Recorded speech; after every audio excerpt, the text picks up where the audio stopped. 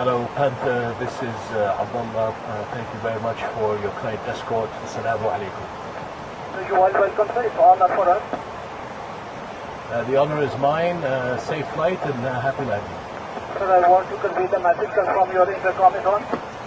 Yes, sir, it is. Officer Diamond.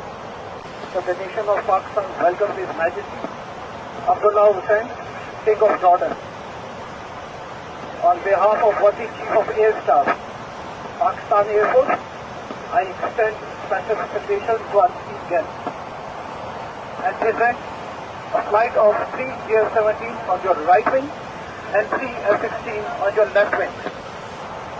It will be our honor to escort you through Pakistan airspace.